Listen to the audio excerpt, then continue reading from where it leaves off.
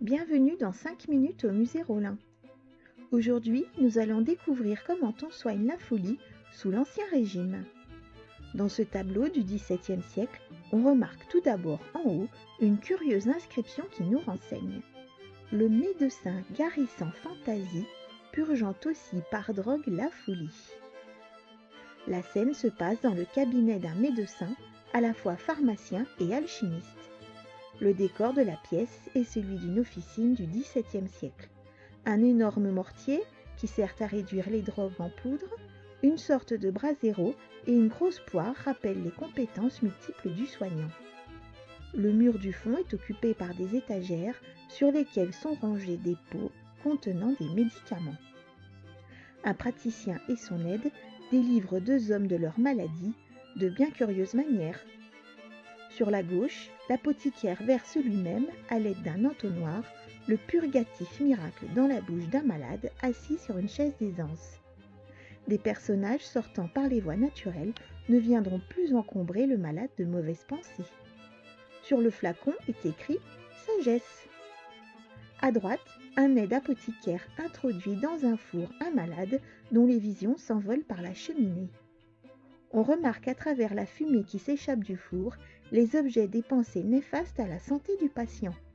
Des hommes qui combattent, des animaux volants, des vêtements, un masque, des instruments de musique, une femme.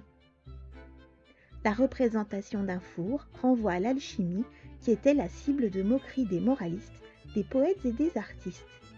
On se moque ici de la sottise des médecins comme de celle des malades. Le four rappelle aussi une croyance de l'époque. On pense que la folie résulte d'une trop grande humidité du cerveau. Ils font donc chauffer le malade pour le soigner. Les saletés du corps seront évacuées par le haut ou par le bas, à l'aide d'antidotes dont les noms sont inscrits sur les flacons. On soigne la sottise intellectuelle par la sagesse, les comportements condamnables par toute une série de vertus et de qualités. Sur des étagères, les vases soigneusement rangés signalent des contenus plus allégoriques qu'efficaces. On peut y lire entre autres qualités adresse, entendement, mémoire, sobriété. Quel programme! Ce genre d'image appartient à la fin du XVIe siècle et au début du XVIIe siècle au thème de la libération des caprices. On délivre les hommes de leur vanité mondaine, vices, sottises, méchanceté, qui nuisent au fonctionnement de l'âme. On oppose ici de manière contradictoire la folie et la sagesse, et l'inutilité des tentatives de guérison. Suggère-t-on ici que l'être humain n'est pas prêt de se débarrasser de sa sottise et de tous ses défauts? On peut effectivement en douter, vu le nombre de flacons présents sur l'étagère.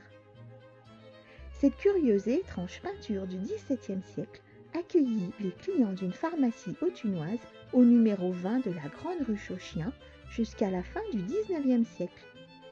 Elle constitue un document significatif de la perception des pratiques médicales et commerciales sous l'Ancien Régime.